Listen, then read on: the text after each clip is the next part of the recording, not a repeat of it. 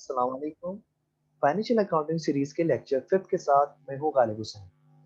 आज के लेक्चर के अंदर हम लोग बात करेंगे क्लासिफिकेशन ऑफ एसेट्स की।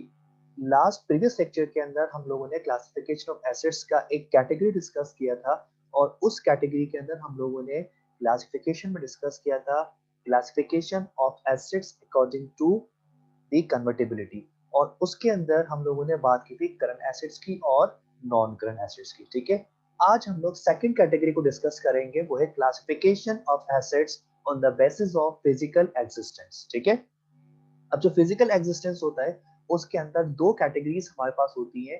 First we have the tangible assets and then we have the intangible assets. ठीक है, तो आइए वन बाय वन करके इनको देखते हैं और समझने की कोशिश करते हैं।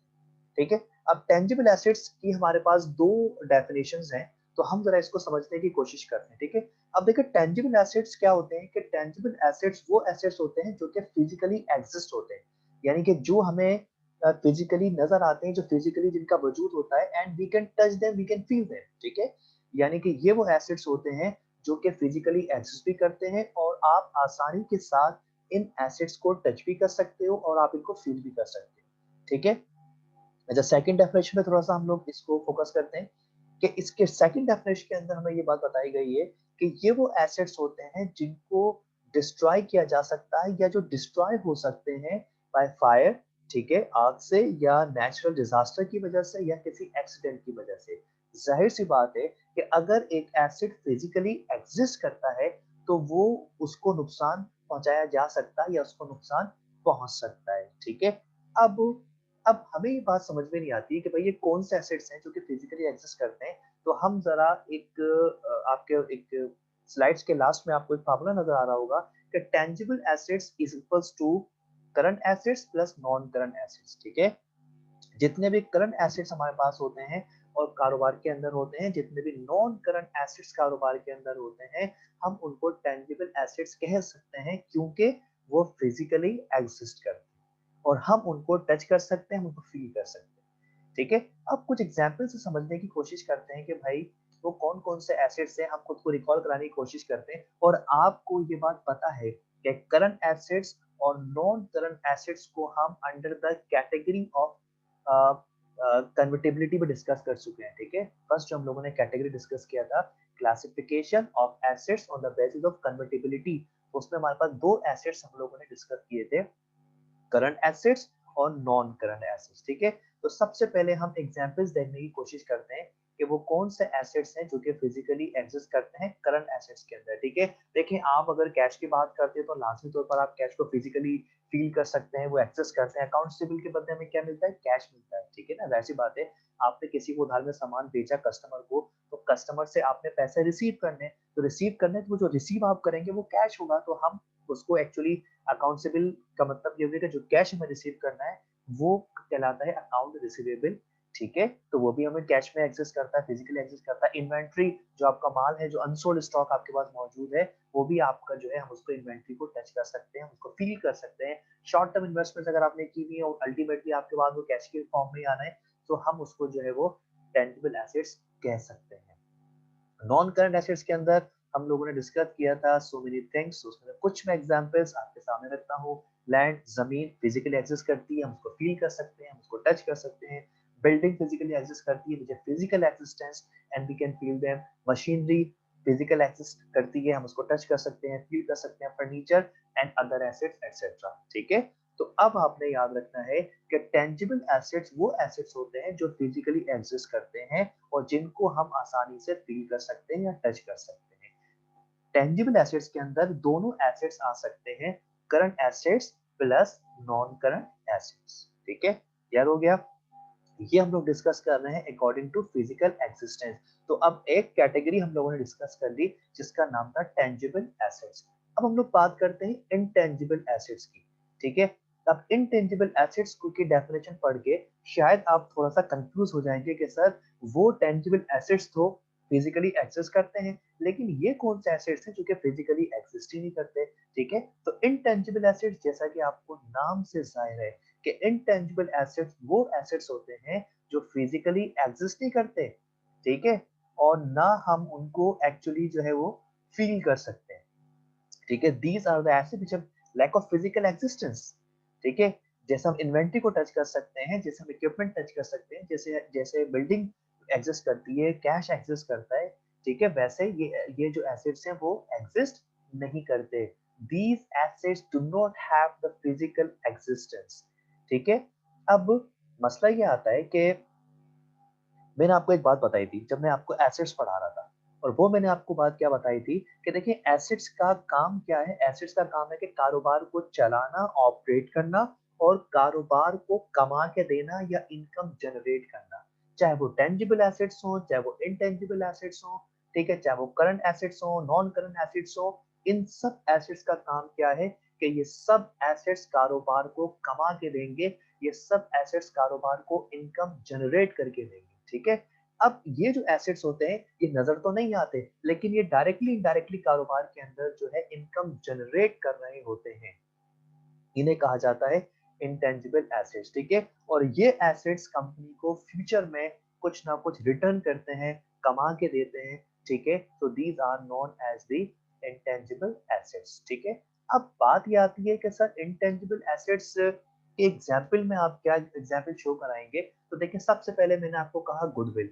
अब आप कहेंगे सर गुडविल को कहाँ से आप जो है वो इनकम जनरेट जनरेट कर रही है। तो मैं आपको एग्जाम्पल देता हूँ। मैं आपसे ये कहता हूँ कि फला जो आइसक्रीम है वो बहुत बेस्ट है और बहुत अच्छी आइसक्रीम जो है वो फला शॉप के ऊपर जो है वो आपको अवेलेबल है। तो अब आप मेरे वर्ड्स पे जाते हैं और वहां से आइसक्रीम परचेज करके और आप उसको कंज्यूम करते हैं, ठीक है।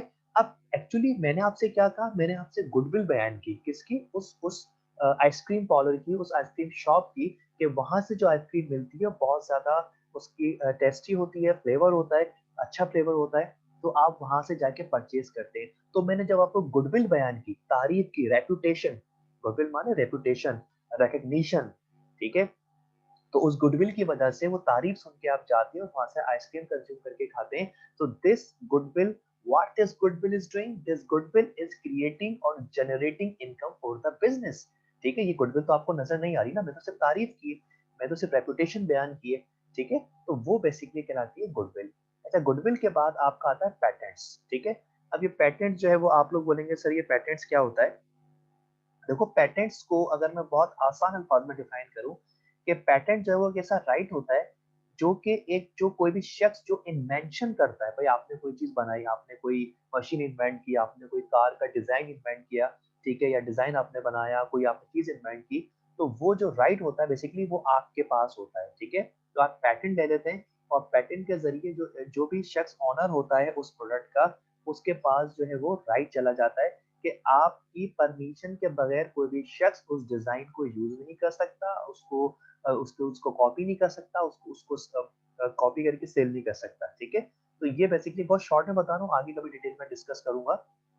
पैटर्न कहा जाता है, आपने एक डिजाइन बनाया, बहुत बेहतरीन आपने कोई कार का डिजाइन बनाया, ठीक है, और उसके बाद आपने जो है फॉर एग्जांपल उसको पेटेंट करा लिया। अब पेटेंट करा लिया, अब आपका वो डिजाइन बहुत फेमस हो गया, लोग परचेज कर रहे हैं, वाह what a design, new design, ठीक है।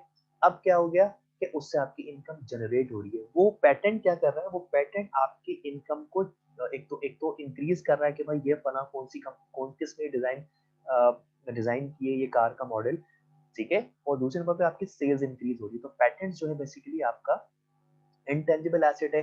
अब पैटेंट आपको नजर तो नहीं आ रहा ना, पैटेंट फिजिकली तो एक्सेस नहीं कर रहा, लेकिन वो कहीं ना कहीं आपकी उस प्रोडक्ट को प्रोटेक्ट कर रहा है, ठीक है, उस और आपकी इनकम जो है वो ऑब्वियसली जनरेट हो रही है, ठीक है।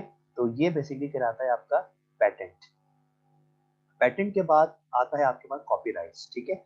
कॉपीराइट क्या होता है कि कॉपीराइट भी एक तरीके से एक राइट होता है जो कि फॉर एग्जांपल आपने कोई पोएट्री लिखी, नॉवेल्स लिखे, मूवीज हैं, सॉन्ग्स हैं, सॉफ्टवेयर्स आपने बनाए, तो उसको प्रोटेक्ट करने के लिए जो है वो कॉपीराइट आपका एक प्रोटेक्शन, लीगल प्रोटेक्शन आप देते हैं, ठीक है, अपने आर्टिस्टिक वर्क की वजह से, ठीक है।